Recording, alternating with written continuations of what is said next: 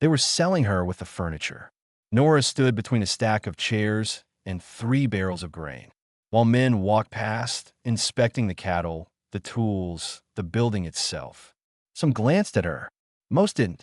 She'd learned years ago to make herself invisible, to become part of the walls, the shadows, the dust that settled on everything in this place. Her hands were clasped in front of her worn dress, fingers interlaced so tightly the knuckles had gone white. On her left wrist, barely visible beneath the fabric of her sleeve, was a mark she kept hidden, always hidden. It was the only thing she owned that couldn't be sold, couldn't be taken, couldn't be written into someone else's ledger. But standing here now, watching strangers calculate her value alongside livestock and property, she wondered if even that small piece of herself would survive what was coming. The previous owner had died 3 weeks ago. No family came forward. No one mourned. The property went to auction, and everything on it became negotiable, including her. She'd worked this land since she was 12 years old, brought here by circumstances she'd spent 15 years trying not to remember.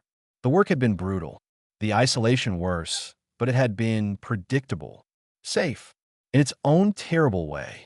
Now that safety was dissolving like morning frost under a noon sun, Sterling Maddox arrived in a polished wagon, his clothes too fine for the dust and heat. He stepped down slowly, surveying the property with the expression of a man inspecting merchandise he'd already decided to purchase. Behind him came 2 ranch hands and a younger man carrying papers. Sterling's eyes moved across the corral, the barn, the house with its sagging porch. Then they landed on Nora. That, included in the sale. His voice carried across the yard. The auctioneer, a thin man with a ledger tucked under his arm, nodded. Part of the property? Yes, sir. She comes with the ranch. Been working here for years. Knows the land, the animals, the routine. Sterling walked closer. Nora kept her eyes down, focused on a spot of dirt near her feet. She could feel his gaze moving over her, like hands checking for damage, assessing durability. How much extra? He asked. No extra charge, Mr. Maddox. She's listed with the ranch inventory. Whoever buys the property gets everything on it. Sheriff Wade Langston had been leaning against a post, half asleep in the afternoon heat. At this, he straightened and let out a laugh that echoed off the buildings. Well, now that's why I call a bargain. Buy a ranch. Get yourself a servant for free. He slapped his knee, amused by his own observation. Might have to bid on this place myself. Several men in the crowd chuckled. Nora's jaw tightened, but she didn't move, didn't look up. This was how it worked. You endured. You survived. You became stone. Sterling circled her once, the way he'd circled the horses earlier. She healthy? Any problems I should know about? Strong. Worker. No complaints from the previous owner. Can she cook? Yes, sir. So clean. All that? Yes, sir. Sterling stopped in front of her, close enough that she could smell tobacco and leather. Look at me. Nora raised her eyes slowly. His face was weathered, but not old, creased, around the mouth from years of giving orders and expecting obedience. His expression showed neither cruelty nor kindness, just calculation. You understand what's happening here? He asked. Yes. Her voice came out steady, though everything inside her was screaming. You'll work for me now. Same as before, different owner. Any problems with that? What could she say? No. That word had been beaten out of her vocabulary a long time ago. No problems. Sterling nodded, satisfied. He turned back to the auctioneer. Let's finish the paperwork. The sheriff pushed off from his post and ambled over, still grinning. Sterling, you got yourself a good deal today. That's prime land, good. Water access and a built-in workforce. Can't beat that. As they walked toward the house to finalize the transaction, Nora remained standing in her spot between the chairs and the grain barrels. The other men at the auction began to disperse. Some disappointed they hadn't won the bid, others relieved. They wouldn't have to manage another property. She looked toward the horizon where the land stretched flat and endless in every direction. Somewhere out there, beyond the reach of this place, was a life she used to know, a name she used to answer to, a family she'd been torn from so long ago that sometimes she wondered if she'd imagined them. Entirely, the wind picked up, carrying dust and the smell of coming rain. Nora pulled her sleeve down further, making sure the mark on her wrist stayed covered. She didn't know that at that exact moment, 20 m to the east, someone was asking questions in another town. Someone who'd been asking the same questions in every settlement, every trading post, every gathering place for 15 years. Someone who'd never stopped looking. And he was getting close. The papers were signed before sunset. Sterling Maddox owned everything now, the land, the buildings, the animals in the corral. And Nora, he wasted no time establishing rules. That first evening, he gathered his ranch hands in the main room, while Nora prepared a meal she hadn't been asked to make. She'd learned that anticipating needs was safer than waiting for orders. I run things differently than the previous owner, Sterling announced, his voice carrying through the open doorway to the kitchen. I expect efficiency, no? Waste, no laziness. Everyone earns their keep or they're gone. One of the ranch hands, a younger man with sun-damaged skin, glanced toward the kitchen. What? About her? She's not your concern. She works for me directly. You see her, you treat her like any other property on this ranch. Understood? Property? The word settled over Nora. Like dust. She kept her hands busy cutting bread, her face carefully blank. After the men dispersed, Sterling entered the kitchen. He pulled out a chair and sat watching her work. You got family? He asked suddenly. Nora's hands paused for just a moment. No, no one's ever come looking for you. Asking questions. No. The lie tasted like ash, but it was necessary. The truth was dangerous. The truth could get her killed. Sterling leaned back. Good, because I don't tolerate complications. You understand what I'm saying? Yes. You work. You keep quiet. You don't cause trouble. In return, you get food and a roof. That's more than most people in your position can expect. Her position, as if she'd chosen this. As if circumstances hadn't stolen everything from her when she was barely old enough to understand what was being taken. There's something else, Sterling continued. I've got business associates coming through next month. Important men. I need this place presentable. That means you'll be working harder than usual. Cleaning, cooking, making sure everything looks proper. Can you handle that? Yes. What choice did she have? Good. He stood, adjusting his belt. One more thing. That mark on your wrist. I saw you covering it during the sale. What is it? Nora's throat went dry. Nothing. Just a scar from an old accident. Sterling moved closer, his shadow falling across the cutting board. Show me. Every instinct screamed at her to refuse, to run, to fight. But she'd learned long ago that resistance only made things worse. Slowly, she pushed up her sleeve. The mark was small, barely, the size of a coin. Years ago, someone had carved it into her skin with precision and purpose. 3 lines, intersecting, forming a symbol she'd been told never to reveal. It identified her as belonging to a world Sterling Maddox couldn't begin to understand. He studied it for a long moment. Looks deliberate. It was a long time ago. Who did it? Someone who's dead now. Another lie. Another layer of protection. Sterling reached out as if to touch it, then stopped. Something in Nora's eyes must have warned him. Instead, he stepped back. Keep it covered. Don't need people asking questions. He left, without another word. Nora pulled her sleeve down, her hands shaking now that she was alone. The mark burned as if freshly made, a reminder of everything she'd lost and everything she'd been forced to become. Outside, the wind picked up again. In the distance, thunder rumbled. The storm that had been threatening all day was finally arriving. Nora moved to the window, watching dark clouds roll across the sky. Somewhere in that darkness, she imagined a different life. A life where she had a name that meant something, where she belonged to no one but herself. But imagination was dangerous. Hope was worse. She turned back to the kitchen and continued working because that's what survivors did. They endured. They waited. They stayed alive long enough to see if the world might ever change. 20 miles east, a man walked into a trading post and asked the owner if anyone matching a particular description had been seen in the area. The owner said no. The man thanked him and moved on to the next town. He'd asked this question in 100 different places. He'd keep asking until he found what he was looking for.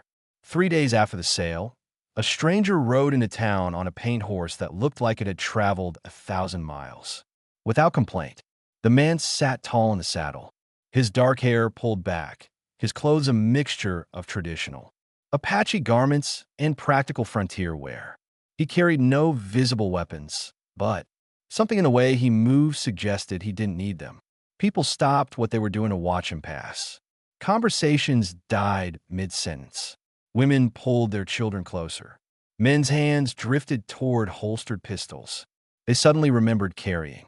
Sheriff Wade Langston stepped out of his office, thumbs hooked in his belt. "Help! You with something?" The stranger brought his horse to a stop. Up close, his face was weathered but unreadable, marked by old scars that told stories he'd never share with people like the sheriff. His eyes were dark and patient, the eyes of someone who'd learned long ago that rushing rarely produced results. "Looking for someone," he said. His English was flawless.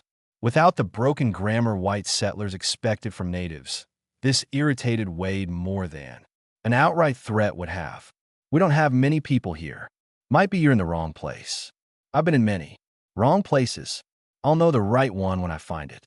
WDE's jaw tightened. "What's this person to you?" "Family. Got a name?" The stranger dismounted slowly, making the movement look casual, even though every person watching knew it was calculated. He stood a head taller than the sheriff, which didn't help Wade's mood. "I'm asking questions, not causing trouble. If someone has information, I'll pay for it. If not, I'll move on." "What kind of information?" A woman would be about 27 years now. Taken from her. People when she was young, might be working somewhere, might not know her own history anymore. Wade laughed. The same ugly sound he'd made during the auction. "You're describing half the servants and workers in this territory go to search every ranch if necessary." The crowd that had gathered was growing. Among them stood Sterling Maddox, who'd come into town for supplies. He watched the exchange with the expression of a man calculating risks and opportunities. "You got permission to be here?" Wade asked, his hand now resting on his pistol grip. "This is open territory. Not for your kind, it isn't. We've had enough trouble with raiding parties, and I'm not a raiding party. I'm one man, looking for family. Well, you're not going to find them here. I suggest you move along before people start getting nervous." The stranger's gaze moved slowly across the gathered crowd, studying each face with careful attention. When his eyes passed near where Nora stood at the back of a group of townspeople, something changed in his expression. A flicker of recognition, perhaps, or hope. It was too brief to be certain. Sterling pushed through the crowd.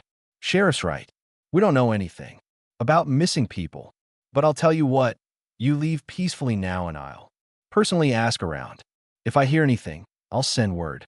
The stranger looked at Sterling for a long moment. "Where would you send this word? Where are you headed next?" "Wherever the trail leads." Sterling smiled, but didn't reach his eyes. "Then I suppose you'll have to trust that information finds you if it exists." Nora felt her pulse hammering in her throat. She positioned herself behind two larger women, trying to remain invisible, as she always did. But something about this man made her want to step forward to speak, to break 15 years of carefully maintained silence. The mark on her wrist began to ache. The stranger mounted his horse again. Before turning away, he spoke loud enough for everyone to hear. "The person I'm looking for has a mark. 3 lines here." He touched his left wrist. "If anyone knows someone with that mark, I'll pay well. For information." "Very well." Nora's blood turned to ice water. The stranger rode away slowly, disappearing down the main road as people began to whisper and speculate. Sterling's eyes had narrowed.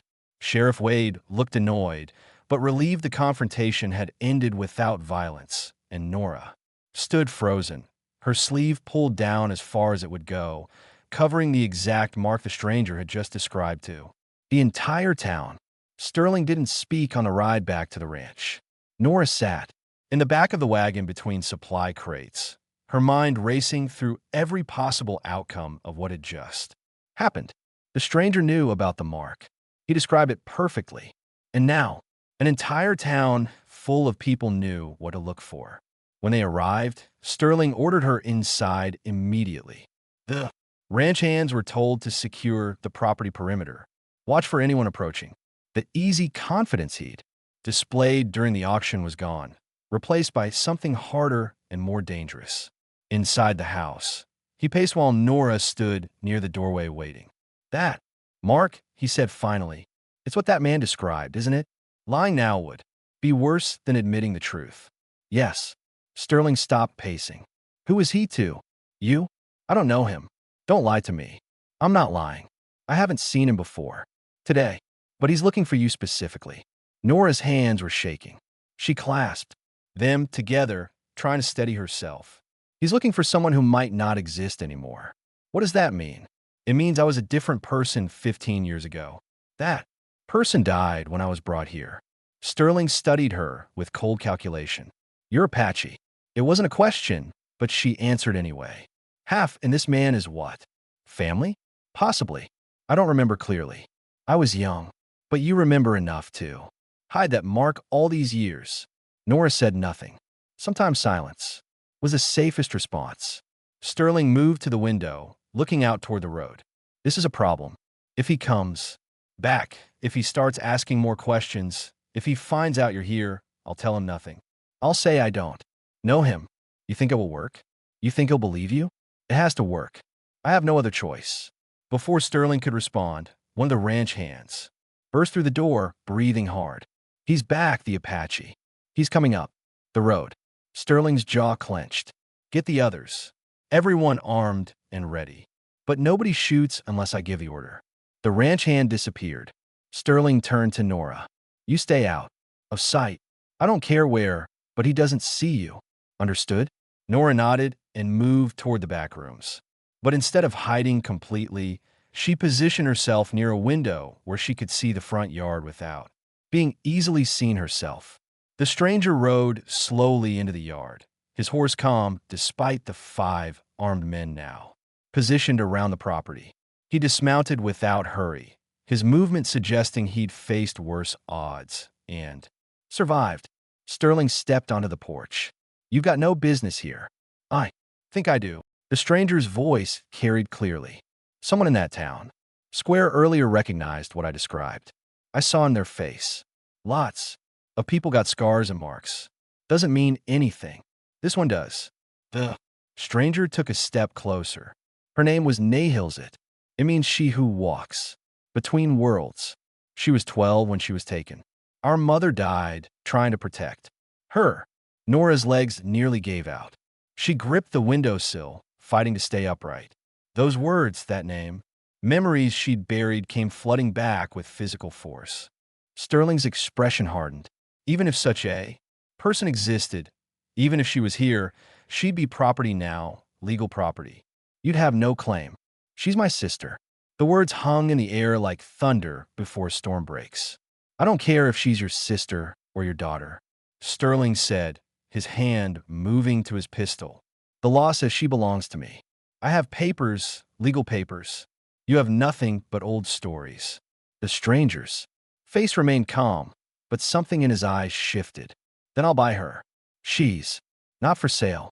Everything is for sale at the right price. Not this. You want to challenge that?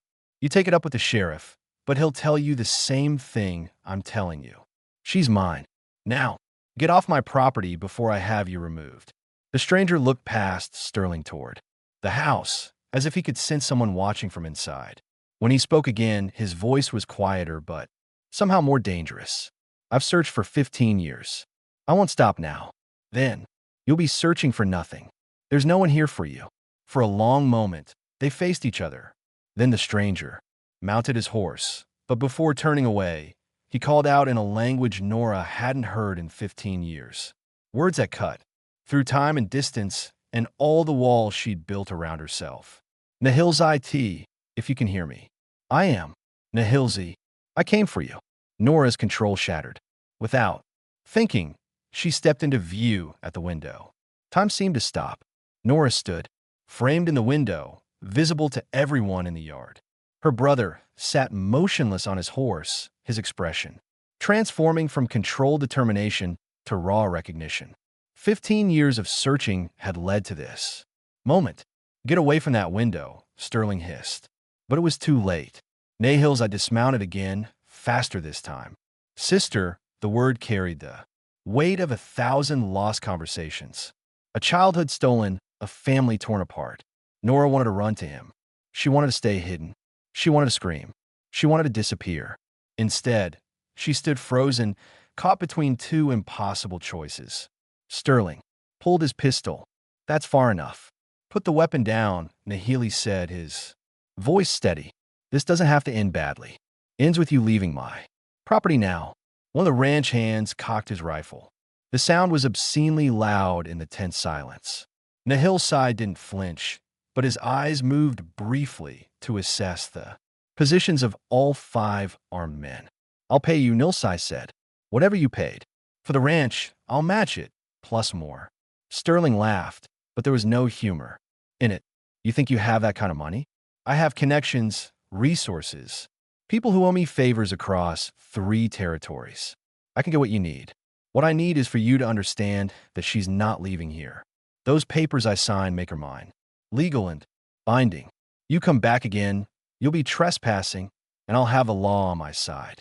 Nora finally found her voice. Sterling, please. His eyes snapped to her. Furious. You don't speak. You don't get an opinion. Your property, remember? Something dangerous flickered across Nahilsai's face. Say that word again. Which word?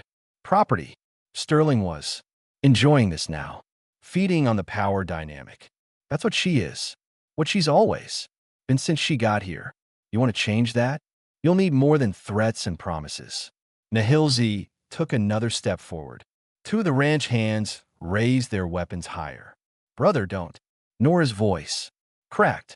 Please, it will only make things worse. Worse than this. Nahili gestured at the house, the armed men. The situation. You're being held against your will, treated like livestock. How? Could it be worse? They'll kill you. Then I'll have lost you twice. The pain in her voice seemed to affect him more than any weapon could. He stopped advancing, but didn't retreat. Sterling holstered his pistol, sensing his control returning. Listen to her. She's smart enough to know how this works. You ride away. Everyone lives. You keep pushing. P.P.D. Maybe you, maybe my men, maybe her. That what you want? What? I want is my sister free. Then come back with the law. Get a judge to void my papers. Until then, she stays. A new sound interrupted the standoff. Horses. Multiple horses approaching from the east. Sterling's confidence wavered as 8 riders appeared on the ridge, overlooking his property. All Apache, all armed, all watching. Those are your connections? Sterling's voice had lost its certainty. Some of them, nah, confirmed. Others are waiting further out. I told them to give me time to handle this peacefully. If I don't signal that everything is resolved, they'll assume I need help. This is my land. They've got no right. They have every right to help me protect family. Now we can keep doing this your way with papers and laws that were never meant to protect people like us. Or we can do this my way.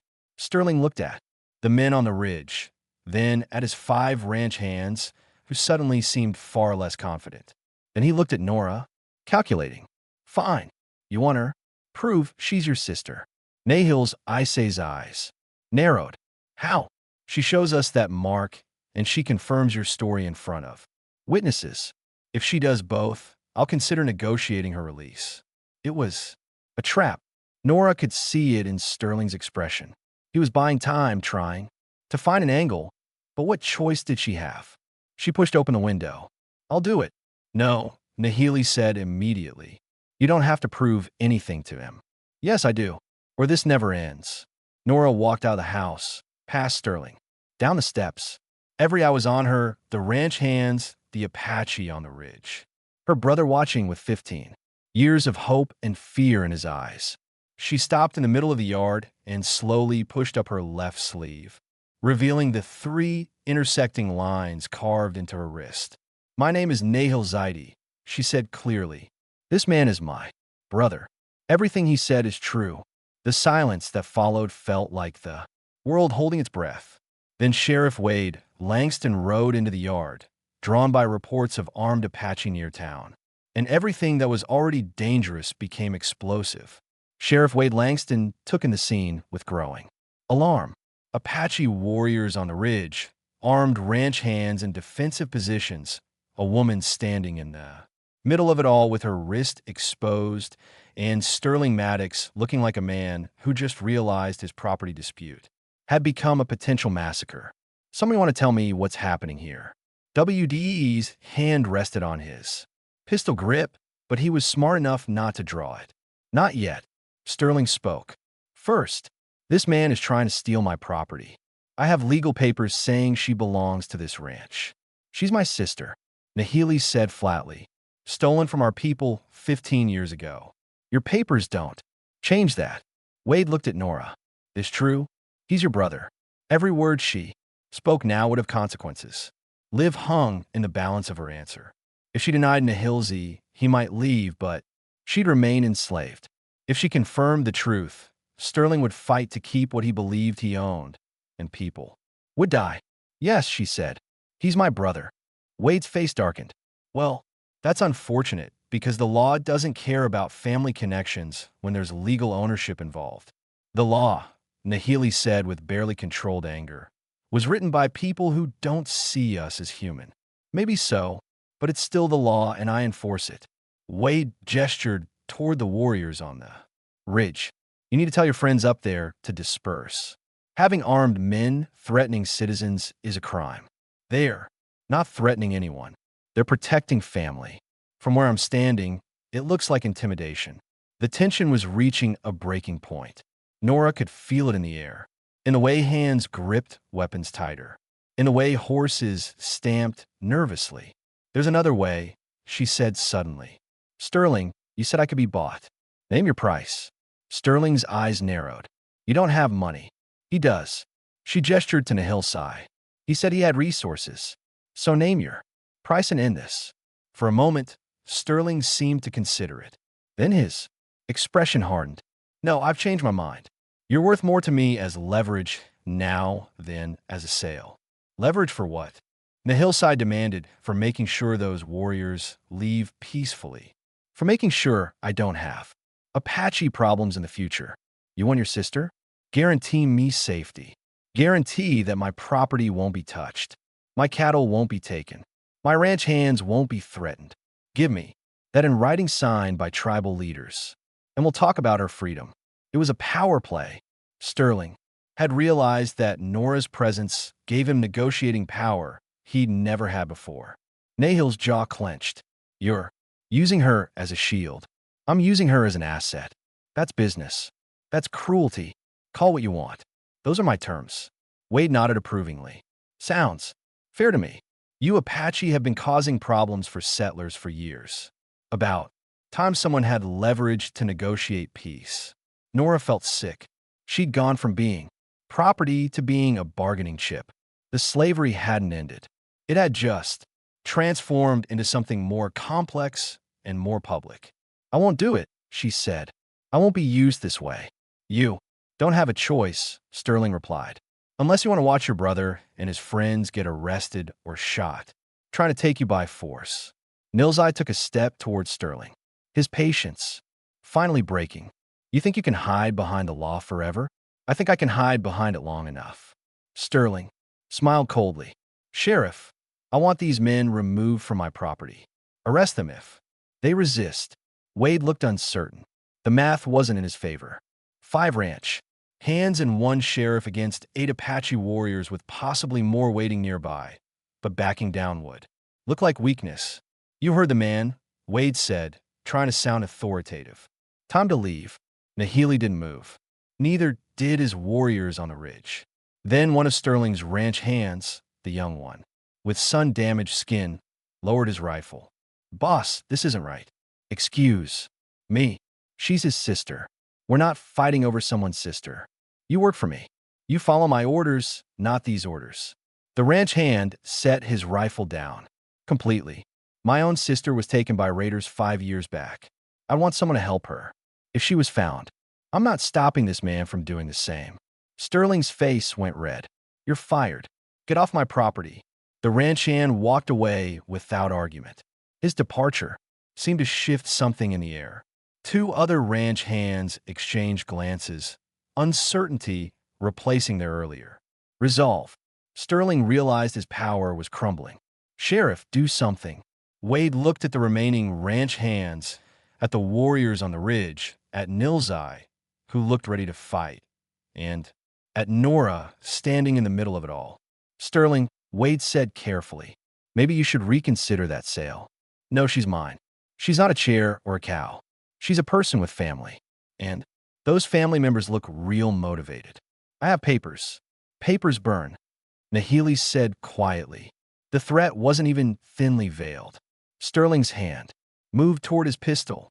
Everything that happened next would happen fast.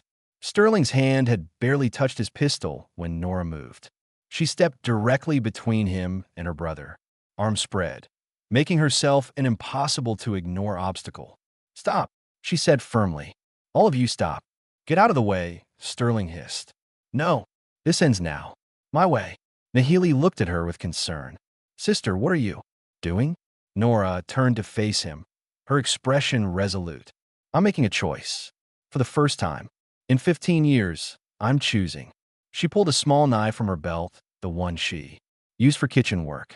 Before anyone could react, she held it to the leather document case hanging from Sterling's saddle.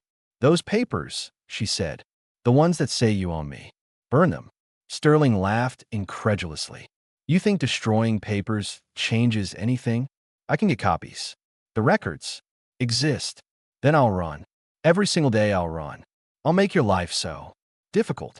Cost you so much time and money chasing me down that you'll wish you'd let me go today. I'll have you, hunted like an animal. Then do it. But know that every moment you spend trying to hold me is a moment my brother and his people will be watching, waiting. You'll never feel safe. Never know when. They might come for what you took. It was a threat wrapped in truth. Sterling's face showed he understood the implications. Owning Nora meant inheriting an enemy he couldn't defeat through legal means alone. Wade cleared his throat. Sterling, maybe the lady has a point. This could get expensive and dangerous fast. Whose side are you on? The side that keeps this town from turning into a war zone. Wade looked genuinely worried now. Let her go. Cut your losses. She's worth money. She's worth your life. One of the remaining ranch hands spoke up. Because that's what you're gambling with here. Sterling looked around at his diminishing support, at the warriors who'd moved closer down the ridge, at Nahilzi, who stood ready for violence, and at Nora, who transformed from property into a person with agency and consequences. Fine, he said finally. Take her, but I want compensation, 2 horses, supplies for a month, and your word that I'll have no more problems. No, Nora said before Nilzai could respond. You get nothing. You bought a ranch. You got a ranch. I was never yours to sell or trade. The papers are pieces of material that never had authority over my life. She pulled her sleeve up further, showing the mark clearly. This was carved into my skin when I was 7 years old. It means I belong to my people. Your papers are 15 years old. My mark is older. It has more claim. The logic was shaky at best, but the conviction in her voice made it sound true. Sterling opened his mouth to argue, then closed it. He was beaten, and he knew it. Go, he said bitterly. All of you get off my land. Nah, Hillside moved to Nora's side. Can you ride? I remember how. He whistled, and one of the warriors brought a horse down from the ridge. It was a strong paint mare with kind eyes. Nora approached it, slowly, placing her hand on its neck. The animal didn't shy away. She turned back to Sterling one last time. I worked your land for days, not years. I owe you nothing, but I'll tell you something anyway. The man who owned this place before you, he took me when I was 12, worked me until my hands bled, never once saw me as human. He died alone and unmourned. You're walking the same path. Maybe think about that. She mounted the horse with more grace than anyone expected. 15 years hadn't erased what she'd learned as a child. Nahili mounted his own horse. The other warriors formed a protective circle around them. Wade and the remaining ranch hands made no move to stop them. As they prepared to leave, Sterling called out one last time. You think this is freedom? You're still Apache. Still less than nothing in this territory. You'll never be safe. Nora looked down at him from horseback. I was never safe here. At least now, I'll be free. They rode away as the sun began to set, casting long shadows across the property. Sterling stood in his yard, his legal papers worthless, his authority broken by a woman he'd tried to own and a family that refused to accept her loss. Wade watched them disappear over the ridge, then turned to Sterling. You know they might come back. Let them try. But Sterling's voice lacked conviction. He'd lost more than property today. He'd lost the illusion of control. Back at the main house, he found the knife Nora had threatened his document case with. She'd left it behind deliberately, a reminder that she could have destroyed his papers, but chose to walk away with nothing except her freedom. The handle was worn from years of use, the blade sharp and well-maintained. It was a working tool, not a weapon. But in her hands, it had been enough to end a war before it started. Sterling threw the knife across the room, where it embedded itself in the wooden wall. They rode through the night, putting distance between themselves and Sterling's ranch. Nora expected her brother to push hard to get as far away as possible before anyone could organize pursuit. But as dawn broke over the eastern hills, Nilzai slowed his horse and gestured toward a valley below. Home, he said simply. The Apache camp, spread across the valley floor, positioned near a stream with good sight lines in all directions. Smoke rose from cooking fires. Children played near the water. Women worked on hides and clothing. Men tended horses and weapons. It was organized, purposeful, alive. Nora's hands tightened on her reins. This was the world she'd been taken from. She remembered fragments of it. Sounds, smells, the feeling of belonging. But 15 years had transformed her into someone else. Would they accept her? Would she even fit anymore? They know about you, Nahili said, reading her hesitation. I sent word ahead. They're prepared. Prepared for what? For a sister who might not remember us, who might be afraid, who might need time. As they descended into the valley, people began to gather. An older woman with silver hair and deep lines around her eyes stepped forward. She studied Nora's face for a long moment, then spoke in Apache. Nahilzi translated, she says, You have our mother's eyes. She was there when you were born. The woman reached out slowly, giving Nora time to pull away if she wanted. When Nora didn't retreat, the woman touched her face gently, tracing the shape of her cheekbones, her jaw. Then she pulled Nora into an embrace that felt like coming home after being lost in a storm. Other people approached, some she recognized through the haze of childhood memory. Most were strangers, but they all treated her as family, not as property or a problem to be solved. They offered food, water, a place to sit. They asked no questions about the 15 years.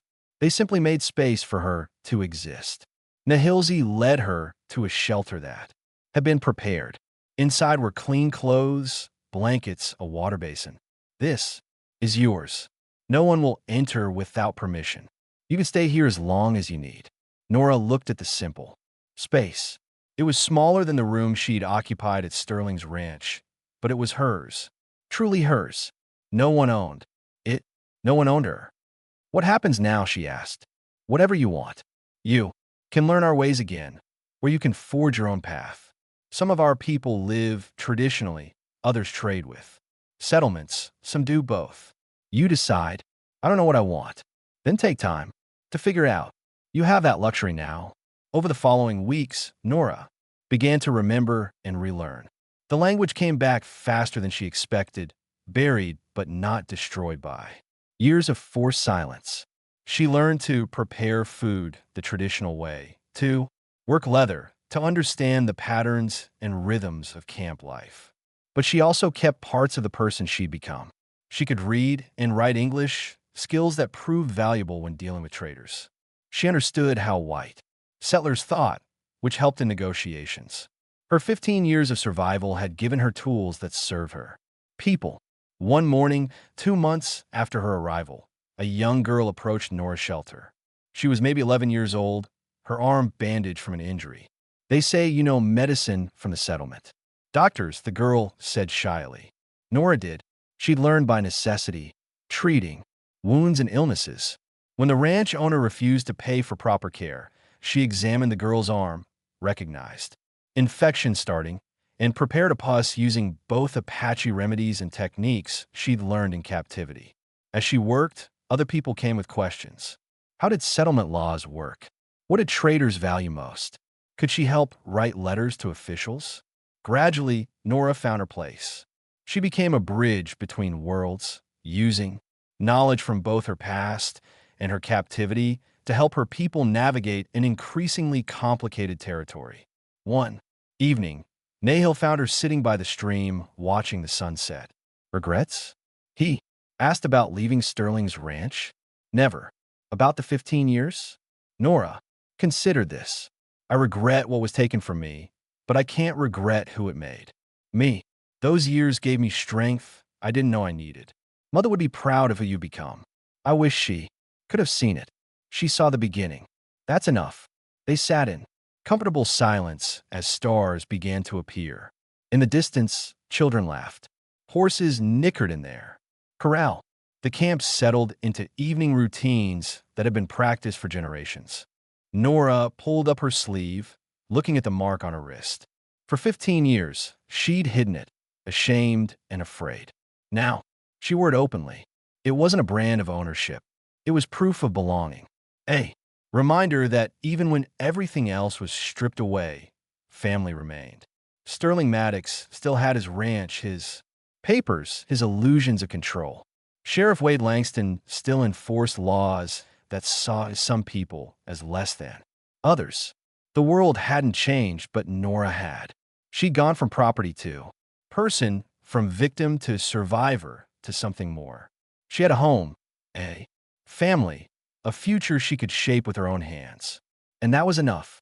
If you enjoyed this story, click the video on your screen now to watch another unforgettable tale from the frontier, where courage and justice collide in ways you never expected.